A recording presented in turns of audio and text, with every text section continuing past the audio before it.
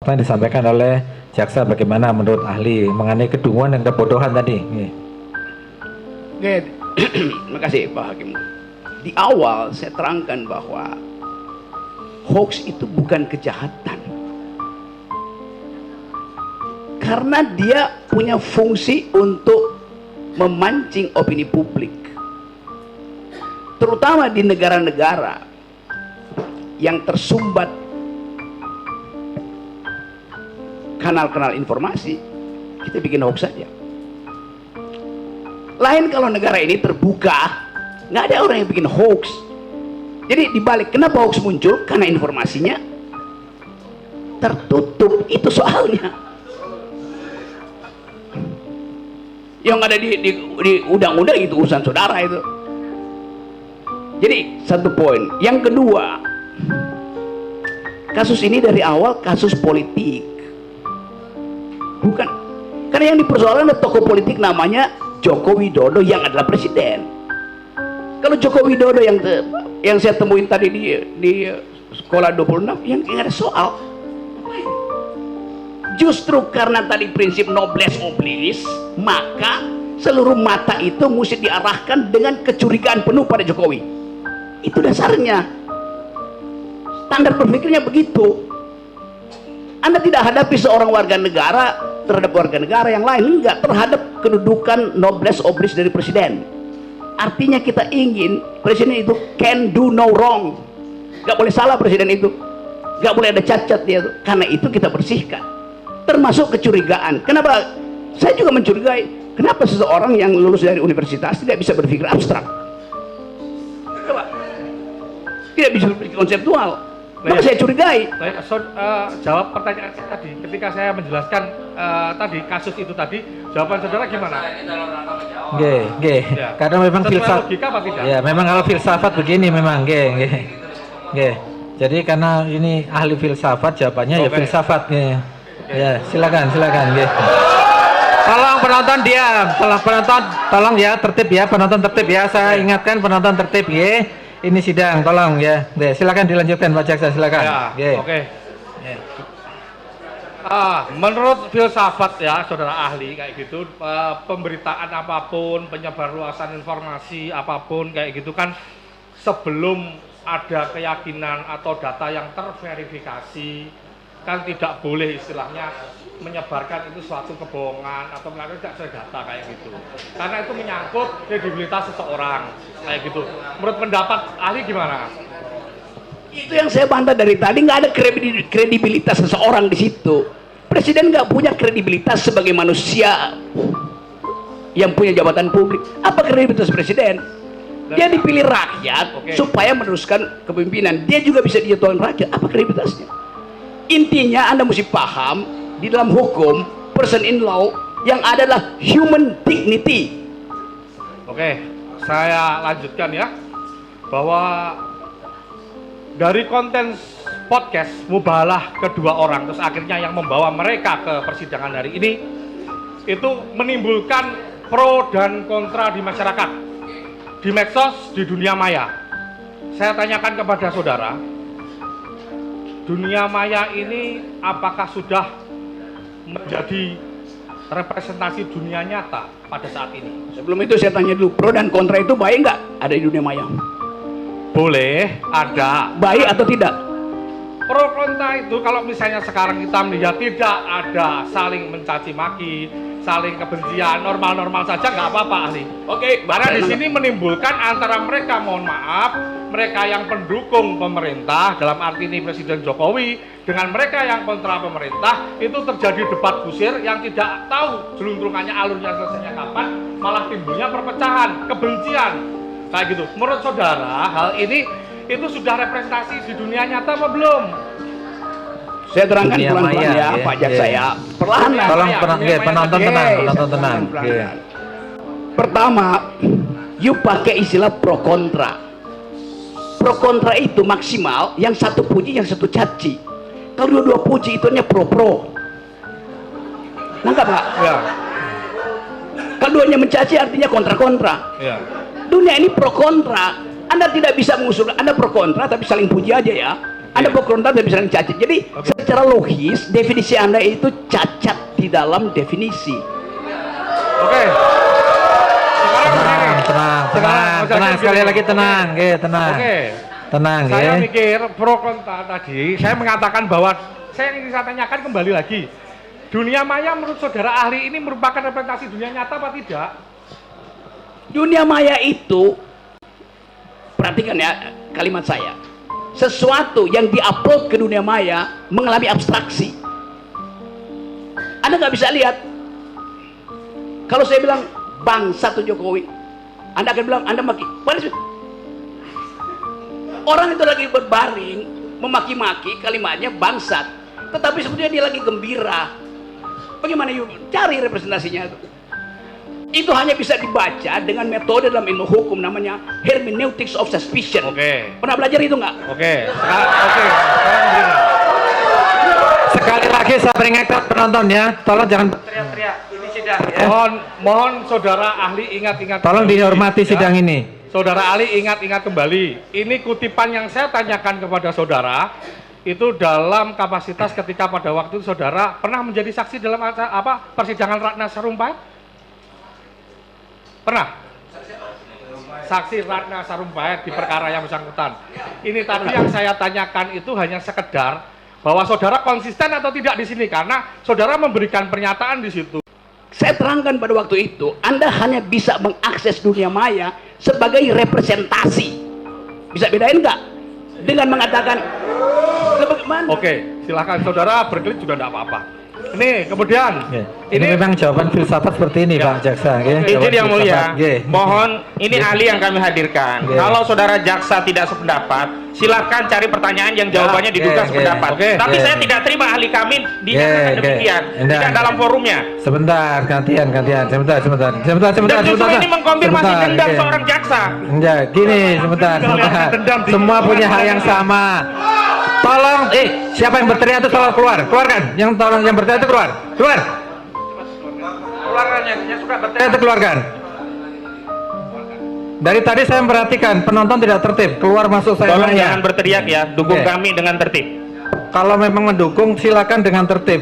Kita lihat sidang-sidang di tempat lain itu bisa tertib, kenapa di sini tidak? Nggih. Terus ini dua Nggih. pertanyaan terakhir ahli ya. Oke, silakan Pak Jaksa. Nggih. Dalam konteks kekinian atau masa kini bahwa memaknai keonaran atau onar itu kan tidak dalam kalian yang sempit karena dengan majunya teknologi dan perkembangan zaman, ya kan? Yang ingin saya tanyakan, apakah keonaran atau keributan itu di dunia maya, medsos tadi, seperti yang saudara pernah saya tanyakan tadi, itu harus sifatnya itu harus fisik? Itu pertanyaan saya.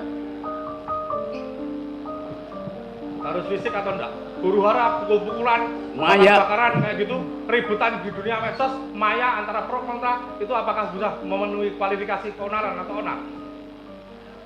Itu namanya faulty reasoning, namanya red herring gitu. Anda Bisa di Indonesia kan? bisa, Anda bisa. Saya ajarin sedikit. Setelah filsafat soalnya harus diterangkan. Saya ajarin sedikit ya. Nggih. Ini lagi sibuk orang nyari kambing hilang itu. Tiba-tiba sebelah sana datang tukang jual obat bilang bahwa saya jual obat yang bisa saudara masuk surga. Maka Anda pindah dari kerumunan ini, pindah ke situ. Itu namanya red herring.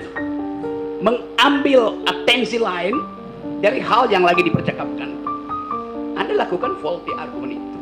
Anda sendiri bilang itu dunia maya. Lalu Anda bilang mesti ada kegiatan fisik nggak di dunia maya? Bagaimana mungkin dunia maya ada kegiatan fisik? Dan saya melihatnya kan itu kan tidak boleh dimanai sempit sekarang dengan perkembangan teknologi dan Sudah. Nggih. Sebentar. Ini Nggih. terakhir ini para Nggih, saudara silakan ahli, terakhir. ya. Nggih, monggo. Dari saya. Nggih. Ini kembali lagi tentang keonaran tadi, pro kontra, ya. Dari segi bahasa, menurut saudara, apakah bentuk suatu keonaran atau onar?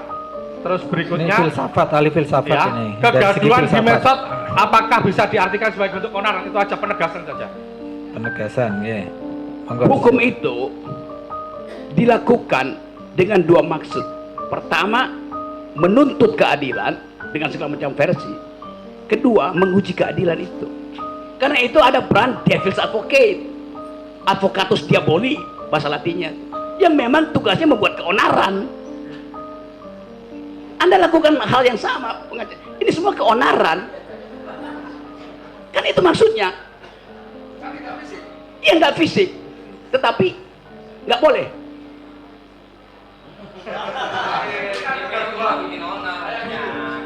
Yang Anda maksud keonaran itu kalau menyebabkan akibat material.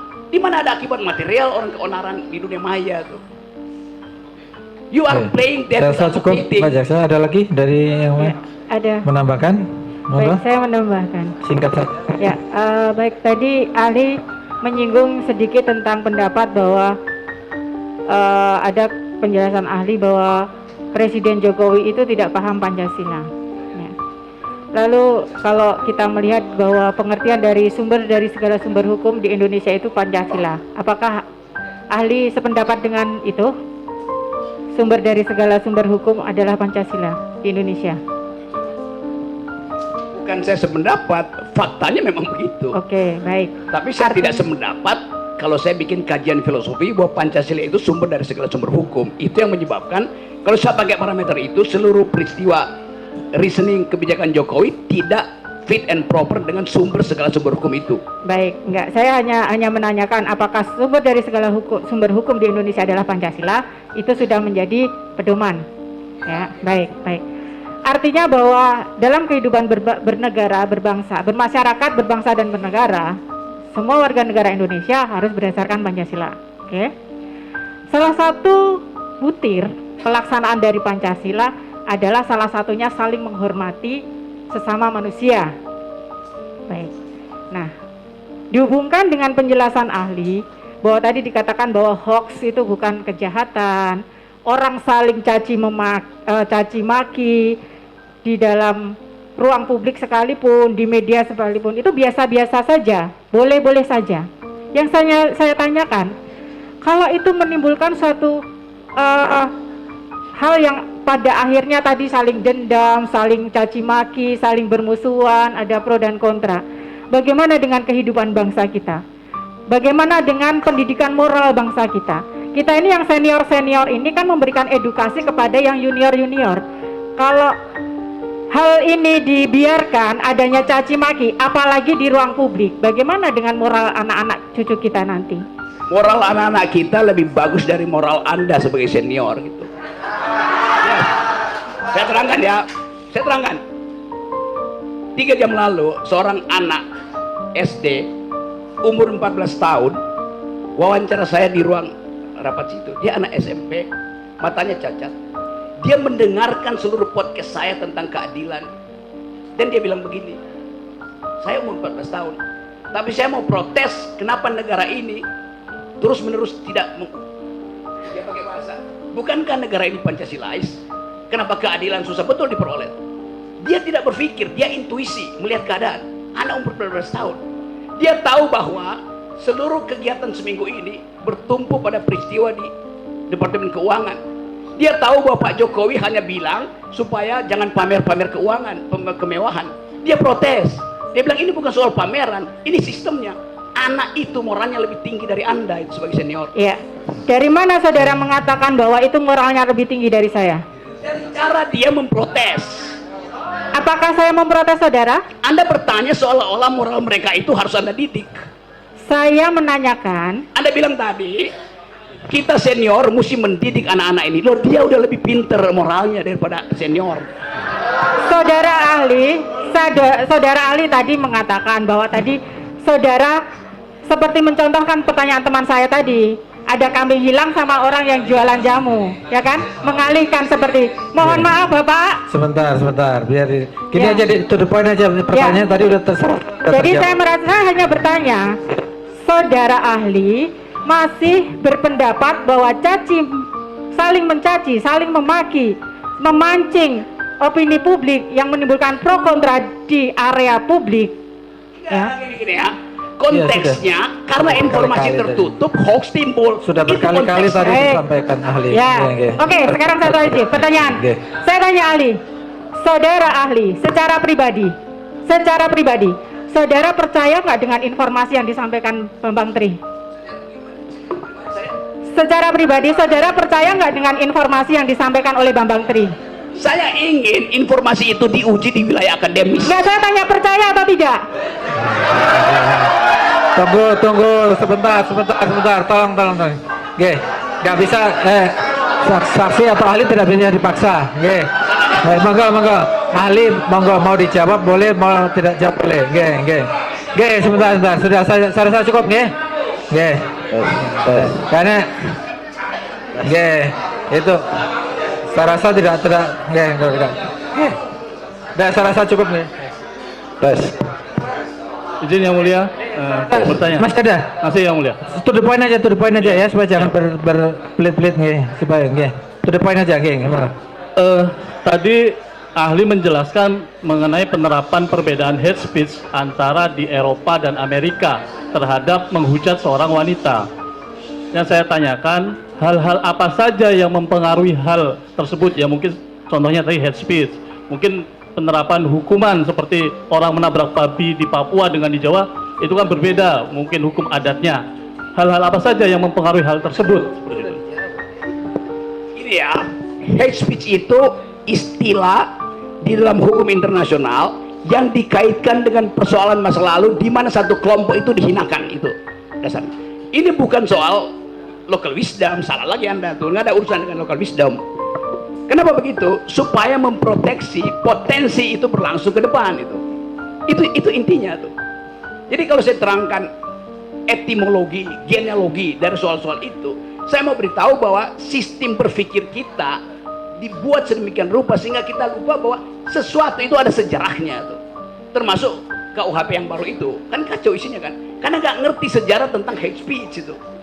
Jadi diterjemahan, oh hate speech artinya ujaran kebencian. Oh, hate speech itu kata utuh, nggak boleh diterjemahkan. Begitu diterjemahkan, dia berubah menjadi fungsi untuk kita foto aja. Siapa yang yakin bahwa itu benar apa salah? Lo itu nalarnya ada di situ. Jadi saya kasih kritik bahkan ke pembuat undang-undang. Anda nggak baca sejarah intelektual dari demokrasi, dari hukum itu. Itu pentingnya di Fakultas Hukum diajaran intellectual history, legal philosophy. Itu.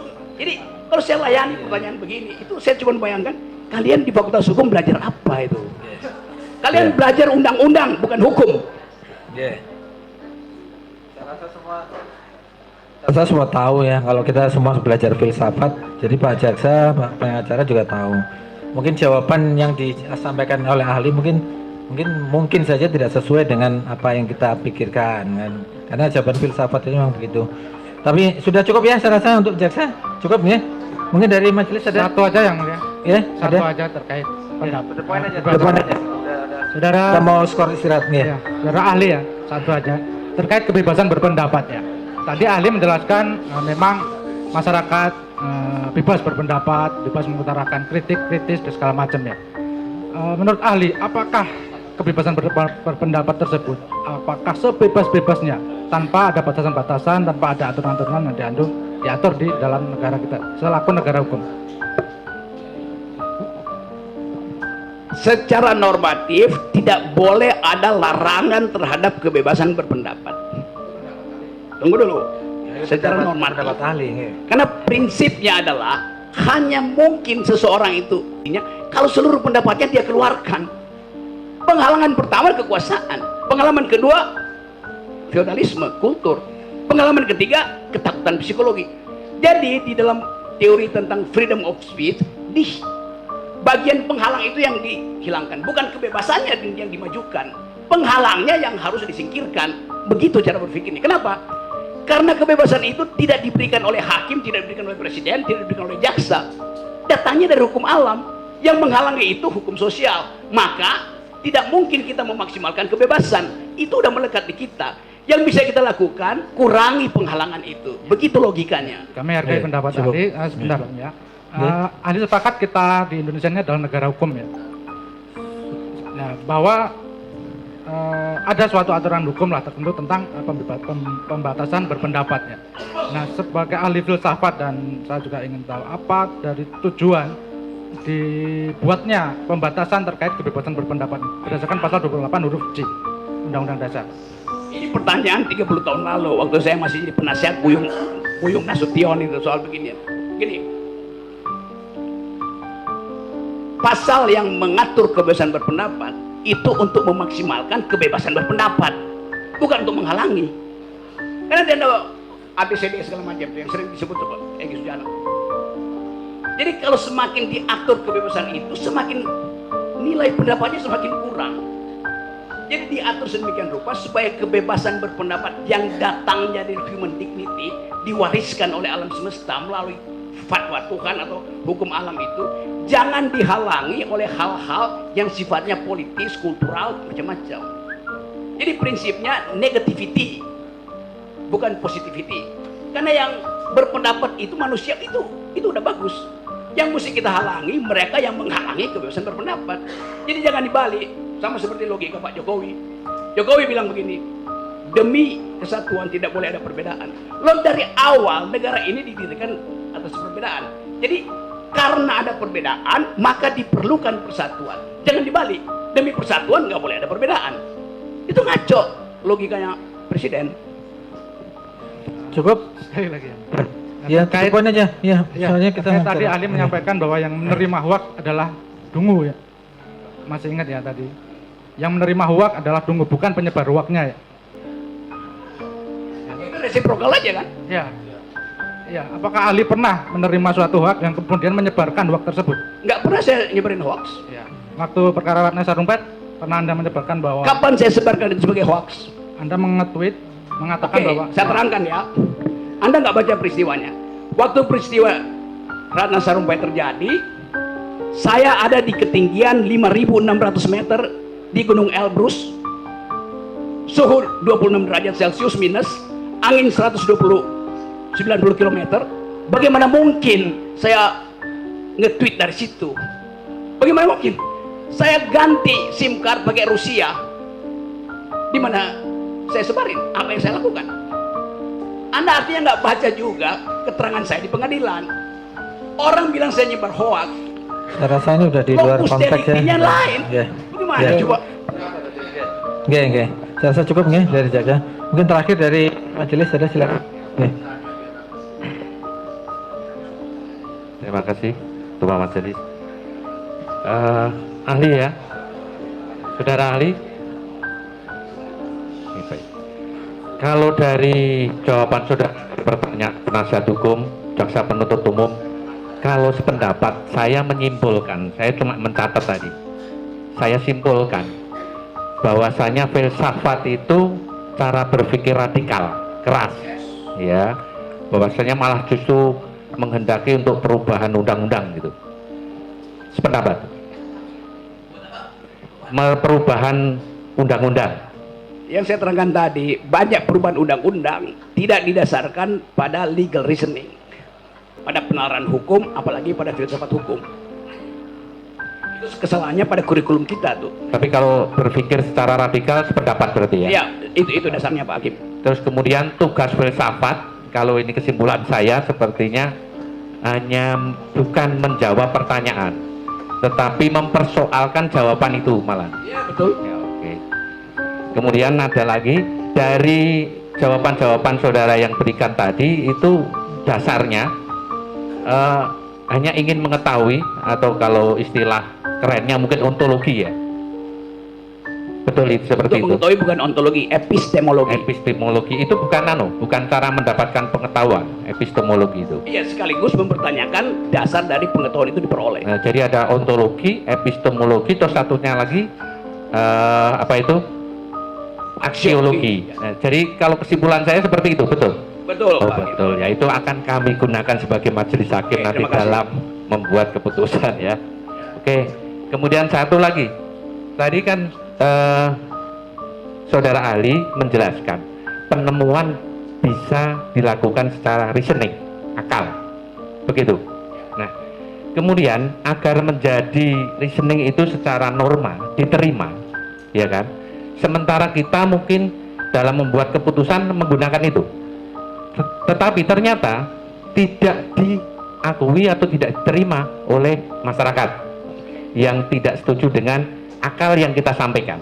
Ya, adakah secara filsafat hukum atau filsafat untuk menjadikan kriteria atau ukuran bagi majelis hakim dalam mengambil penemuan itu secara reasoning. Oke, ini terima kasih. Ini Pak Hakim mengikuti literatur terakhir di dalam studi hukum itu. Saya terangkan pelan-pelan ya. Memanfaatkan logika, legal reasoning, justru itu yang jadi tumpuan hukum positif Indonesia yang bersumber pada pelajaran-pelajaran dari Hans Kelsen. Anda pasti belajar. Anda pernah belajar Hans Kelsen? Pernah? Nah, saya serius nih, karena ini positivisme hukum Indonesia dasarnya adalah teori Stephen Baum dari Hans Kelsen. Pak Jaksa pernah belajar? Ya, saya tanya, jujur aja sebagai akademisi, pernah? Nggak belajar, susah, baru dengar. Apa? Oh, salah lagi. Gajah. Dilanjutkan aja. Roskopon. Dilanjutkan aja, saudara ahli. Saya terangin ini. Tolong dilanjutkan aja. Itu sebagai bahan. Itu namanya pure theory of law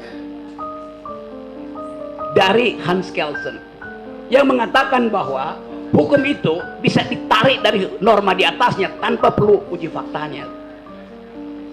Dan Hans Kelsen di Indonesia diterjemahkan secara keliru, sama seperti soal Pancasila tadi. Menurut Hans Kelsen, sumber hukum pertama itu tidak boleh konkret. Karena itu dia sebut sebagai fiksi hukum. Pancasila itu konkret, ada 5 sila. Pancasila itu konkret, ada tanggal lahirnya. Stat fundamental norm nggak boleh ada tanggal lahirnya, supaya dia jadi regulatif ideal, ide yang menuntun aja, jangan dibumikan ide itu. Kenapa begitu? Karena Hans Kelsen adalah murid dari Immanuel Kant, yang juga menulis filsafat yang disebut Reinen Vernunft, logika murni itu. Ini bahayanya kalau Anda belajar hukum tanpa belajar filsafat hukum, itu soalnya. Jadi kekacauan kita mulai dari awal, kurikulum fakultas hukum itu kacau, reasoningnya nggak ada. Gimana mungkin jaksa nggak ngerti beda antara Roskopon dan Hans Kelsen? Saya mengajar di filsafat Maaf, fakultas hukum. saudara menjelaskan pertanyaan kami. Ini dungu juga nih jaksa ini. Oke, pendapat ahli aja dari pertanyaan. Jadi memang begitu. Sekarang ada problem. Berkembang teori-teori baru yang tidak perlu mengikuti Stephen Baum itu. Misalnya feminist jurisprudence. Diterjemahkan secara bahasa Indonesia aja. Feminist jurisprudence itu, ini nggak usah dengar nih. Feminist jurisprudence artinya pengalaman perempuan itu konkret sebagai pengalaman hukum yang ditinggalkan berabad-abad. Yang kedua, critical legal study. Untuk membaca di belakang hukum ada persekongkolan antara politik dan ekonomi. Critical legal study. Ada economic analysis of law yang memakai metode ekonomi untuk membaca hukum. Ada hukum tentang lingkungan, environmental ethics, banyak betul perspektif. Nah, itu yang sebetulnya diperlukan sebagai pembanding dari sistem positivistik kita itu. Makasih Pak Hakim. Oke, satu lagi. Nah, untuk melindungi kami selaku majelis hakim dari hukum formil secara filsafat hukum, saudara berikan. Saya percaya bahwa akses kita terhadap teori, terhadap pengetahuan di luar bertumbuh melalui tadi sosial media tuh. Tentu Pak Hakim kalau pergi ke luar negeri bertemu dengan hakim-hakim di luar negeri, kita bisa bandingkan bahwa sistem Anglo-Saxon pun mulai membicarakan hal-hal yang sifatnya filosofis. Yang tadinya dia nggak peduli itu, dia cuma peduli prinsip stare decisis. Tapi sekarang karena ada krisis lingkungan, orang belajar lagi tentang dasar-dasar filsafat hukum yang memungkinkan manusia itu diolah di dalam kapasitas sebagai warga, bukan sekedar warga negara tapi warga bumi itu. Jadi etik lingkungan itu tumbuh secara bagus sekarang, dan itu mempengaruhi juga sistem hukum ekonomi. Di Davos kemarin bulan Januari ada keputusan bagus bahwa pertumbuhan ekonomi tidak boleh lagi dilindungi oleh hukum positivistik yang pro akumulasi itu. Ada hukum baru tentang lingkungan, solidarity, human solidarity. Jadi semua peralatan hukum kita harusnya kita revisi itu. Karena keadilan itu evolve, keadilan itu in the making, keadilan itu tidak konstan. Jadi bagian ini yang terima kasih betul karena Pak Hakim artinya mengundang saya untuk memberi ceramah tentang perkembangan ilmu hukum. Terima kasih. Oke.